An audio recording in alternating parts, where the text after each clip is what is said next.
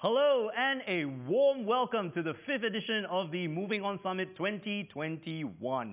My name is Matthew Lee and I am an Innovation Manager here at the Asia Pacific Innovation Center for DHL. What we do here at the center is we help companies and customers to accelerate their digital transformation growth, as well as to find ways to explain technology, explain innovation for them to optimize their supply chain. We are very honored to host this live broadcast here at our center, and also very honored to have in our center Vivek Vaidya, who is the Associate Partner at Frost & Sullivan. Hello, Vivek. Hi. So, Vivek, can you tell us more about yourself and what is your area of expertise? Yeah, I'm Vivek Vaidya. I work as Associate Partner in global growth consulting company called Frost & Sullivan. For last 14 years, I'm working in Asia Pacific in the field of mobility. I've seen this industry transform from automotive to mobility. Fantastic. I think that must be a very exciting journey indeed. Once in a lifetime experience. And then now we've come all the way here to sustainable mobility. Can you tell us why sustainability and why now? So we call this trend as mega trend called innovation to zero.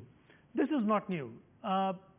Long back, industry knew that it's no longer acceptable that people die because of cars, so zero accidents. It's no longer acceptable that you drive a car and leave the emission in air for somebody to clean up. No more acceptable. So zero emissions. Why now? Now for COVID, because of COVID, we had lockdowns, and that turned out to be a big social experiment. What happened was you started seeing mountains and valleys far off because the air was clean. And that's when most of the cities realized that the air needs to be clean. And there are a lot of advantages that citizens will gather because of cleaner air. And that's why the focus on zero emission gathered steam even after COVID. Fantastic. And talking about COVID, I think this really affects us all here in the studio where we are socially distanced even. But I guess that's where engagement and digital and innovation really comes in to bring this experience to the attendees. So I think the next question, let's go to Asia Pacific. What are your views about sustainability in terms of mobility for Asia Pacific? And then maybe talk a little bit about what are the key opportunities and some of the challenges. So Asia Pacific at this stage is at a stage of infancy. There is a big road ahead. There are several challenges. We have challenges such as lack of infrastructure.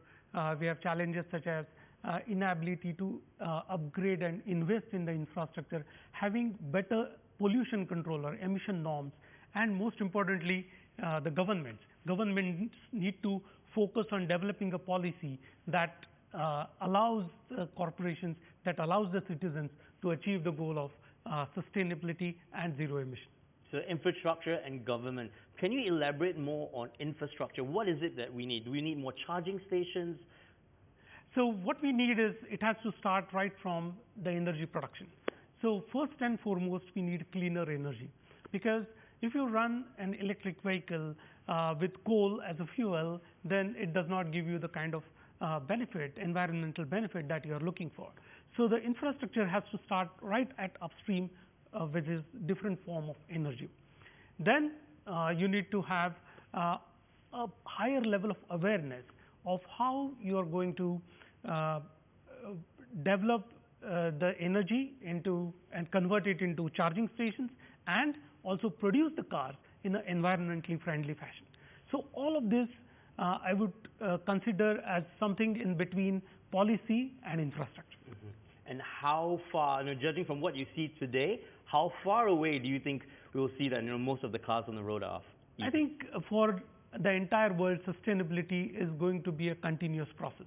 We are never, it's not a destination. It's not something we can say that we have arrived. So as long as Asia Pacific, the countries, the corporations, the citizens are making a steady progress towards the ultimate goal of achieving zero emission, I think we are in a right way, a right path.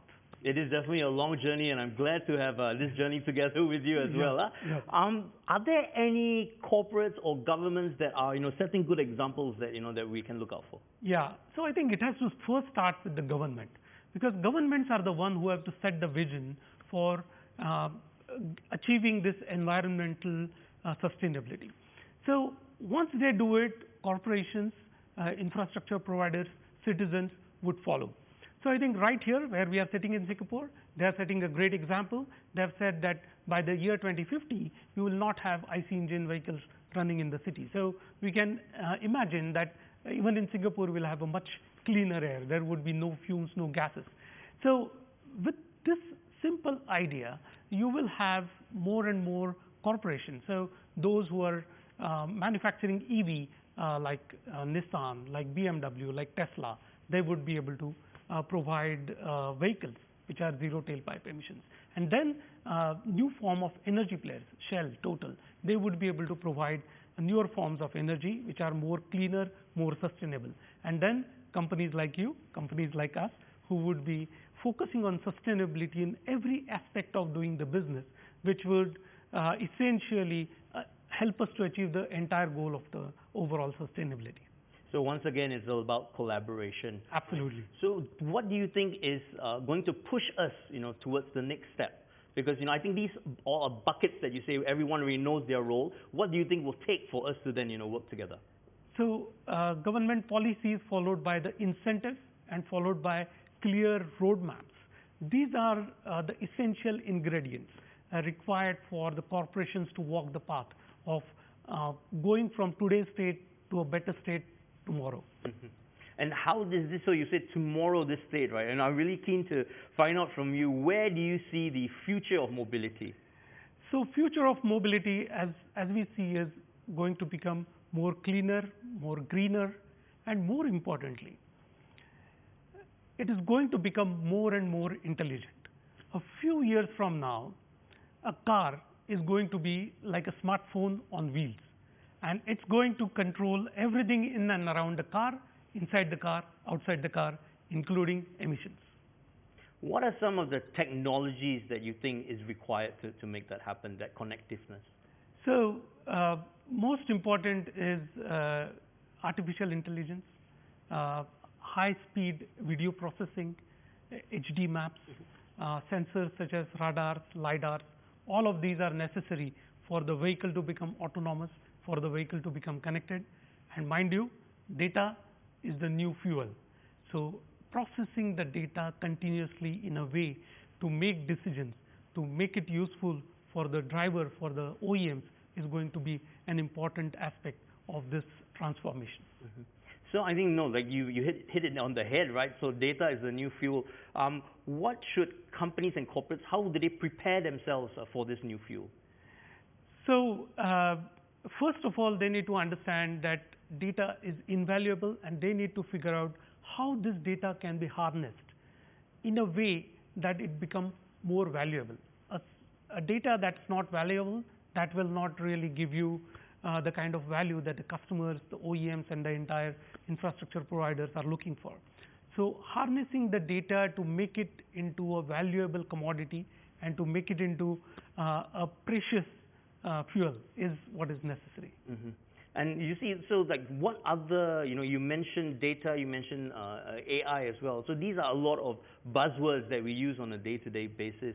But what do you think will take for the adoption of this into day-to-day lives for sustainability? So the customers need to see value in this adoption. So customers are inherently, globally, you go anywhere, they are value seekers.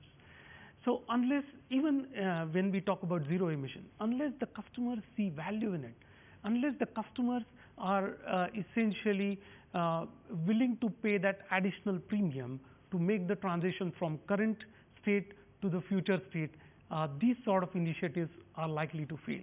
So the overall cost, the customers would realize that even if the electric vehicles are a bit expensive than their current vehicles, if it provides a cleaner environment, you are going to have a lesser healthcare cost. Mm-hmm. You are going to have a better quality of life.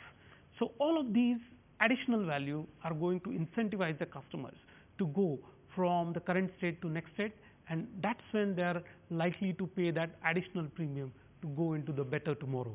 So it's about the big picture here. Yep. Do you see any differences between these consumer behaviors and preferences, globally and in Asia Pacific, for example?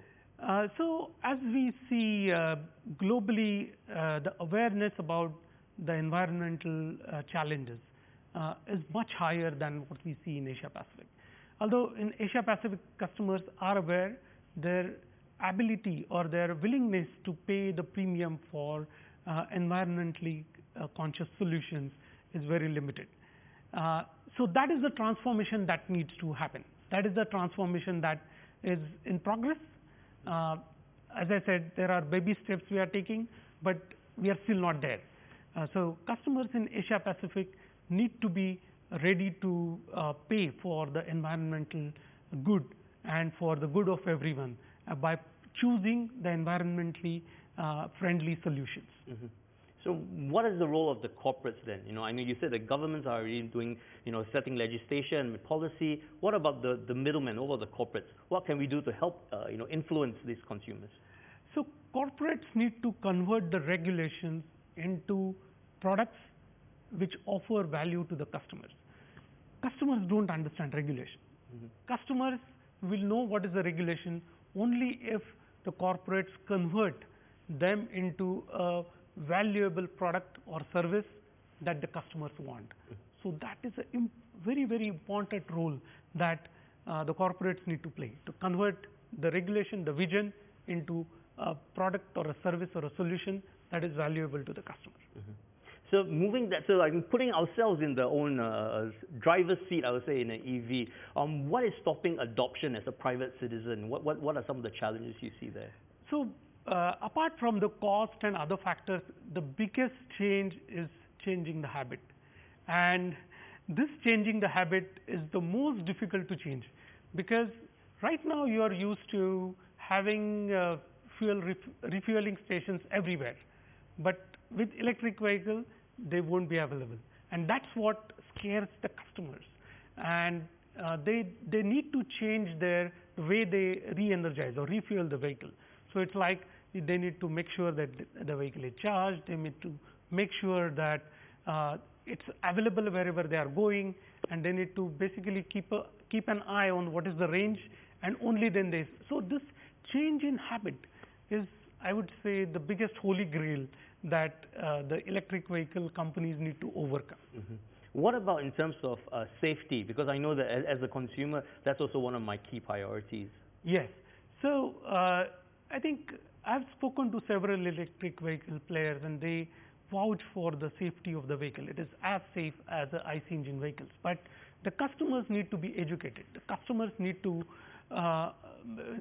be proven that this particular vehicle is safe. So rightly so, I spoke to customers in Jakarta as a part of our research, and they said Jakarta floods, and if there is an electric vehicle which gets caught into the flood and it has a big battery, then what are you going to do? So the answer to that is all these vehicles are tested even when they are submerged underwater. But that message needs to be given to the customer in a way that they understand and trust. Mm-hmm. And I think that's something that we have to all set out our work to do. So I think what do you see is the car of the future? Let's look 5 years from now. If I stepped into the car, what sort of features will I expect? So car of the future, as number one, it will be connected. Right now, our cars are not connected. Once you go inside the car, we are virtually cut off from the internet. That is not going to happen. The moment the car is connected and it becomes a terminal of internet, there are so many things that change inside the car. So number one, it would be connected. Number two, it would be greener. And number three, we are going towards autonomy, step by step. Of course, the car that has no steering and no brakes, and you just go and give it a command and drive, that is a bit far off. But step by step, we are giving more control to the machine, and the drivers are basically relying on the automation of the car step by step. So car of the future is going to be autonomous, connected, and greener. Wow, so those are very three big areas to look into. Maybe you can just elaborate a little bit in terms of the connectiveness, right? Like, so when you say that it becomes the internet, I think, what does that open up? What does that unlock? So the the moment the car is connected, the OEMs can actually monitor the condition of the car. So you will not have any sudden breakdowns, because someone would be monitoring how the car is functioning. If something is going to fail, it can be preempted. So you would suddenly not have some fumes coming out of your car, because whatever failures are there, they can be projected before, and those are the that's one benefit. Accidents can be avoided. Drivers can be monitored. If they are fatigued, the cars can take over. So all of these important decisions will shift, which are currently completely reliant on driver, will shift towards the car. The car. And that is something that will make the car, because it's connected, it will make it autonomous, it will make it safer. So autonomous and connectiveness leads to the green portion. Can you elaborate more how that will be achieved? So we think that we are great drivers, but we are not environmentally conscious or environmentally friendly drivers. And these, we accelerate, we brake suddenly, and all of that is not really something that saves a lot of fuel. And because of that, we waste a lot of fuel when we drive the car. An autonomous car will know how to drive, not meet with an accident, and at the same time be extra fuel efficient. So that's how the autonomy and connectedness will actually also lead to a greener vehicle. We'll work together. Thank you so much for sharing so much insights. I think we Thanks, Mike. have just a little bit of time, and I just let's echo the previous panel. What does mobility mean to you? Mobility is basic need. Basic need. Basic need, indeed. Well, thank you so much, Vivek, for joining us today. I think that's all we have the time for this conversation. But please stay tuned for the rest of the conference. There will be lots of engaging speakers, a lot of masterclass, and brain dates as well. So thank you so much, and we hope to see you again tomorrow for another Fireside Chat with Vivek.